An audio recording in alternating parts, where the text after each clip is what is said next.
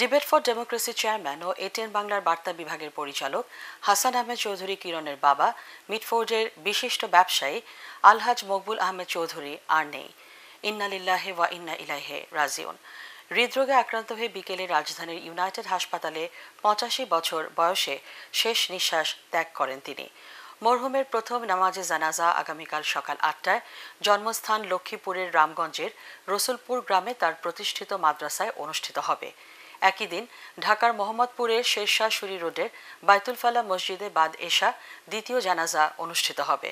পরে মোহাম্মদপুরের ঈদগাহ মাঠস্থ কবরস্থানে তাকে দাফন করা হবে। আলহাজ মকবুল আহমেদ চৌধুরী বাংলাদেশের রাসায়নিক শিল্প জগতের অন্যতম ব্যবসায়ী। কর্মজীবনে নানা ধরনের সামাজিক কর্মকাণ্ডের সাথেও জড়িত ছিলেন তিনি। মৃত্যুকালে তিনি স্ত্রী, 2 পুত্র ও কন্যা রেখে গেছেন।